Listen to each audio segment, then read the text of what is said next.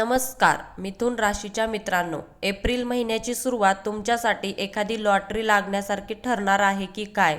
कारण या आठवड्यात तुमच्या राशीवर चक्क ब्रह्मांडातल्या एका मोठ्या शक्तीचा वरदहस्त राहणार आहे. तुमच्या आयुष्यातले थांबलेले व्यवहार अचानक गती घेणार आहेत. पण सावधान, आठवड्याच्या शेवटी एक अशी घटना घडणार आहे जी तुमचं पूर्ण आयुष्य बदलू शकते. ती घटना कोणती हे जाणून घेण्यासाठी हा व्हिडिओ शेवटपर्यंत नक्की पहा. मिथुन रास म्हणजे बुद्धीचा राजा. तुमचा स्वामी बुध आहे. बुध म्हणजे वाणी, व्यापार आणि चातुर्य. या आठवड्यात स्वामी बुध आणि श्री स्वामी समर्थांचा आशीर्वाद तुमच्यावर असा आहे की तुम्ही जे बोलाल ते खरं होण्याची शक्यता आहे. तुमच्या शब्दांना वजन प्राप्त होईल. जर तुम्ही कुणाला मनवायचा प्रयत्न करत असाल तर हा काळ सुवर्ण संधी आहे. नोकरी करणाऱ्यांसाठी हा आठवडा प्रमोशन किंवा नवीन जबाबदारीचे संकेत देत आहे. साहेब तुमच्यावर खुश असतील.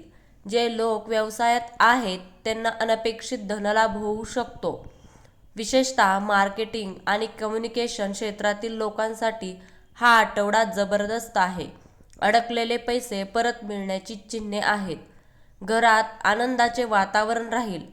जोडीदारासोबतचे जुने वाद मिटतील. नातेवाईकांशी असलेले संबंध सुधारतील. स्वामींच्या कृपेने घरातील एखादे मंगल कार्य ठरण्याची शक्यता आहे.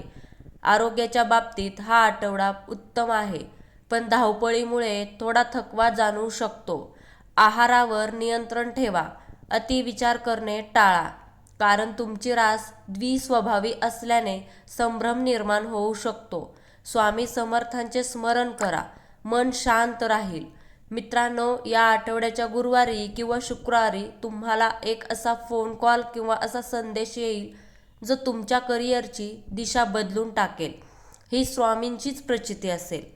खास उपाय: या आठवड्यात हिरव्या रंगाचे कपडे वापरा आणि श्री स्वामी समर्थांचा जप करा.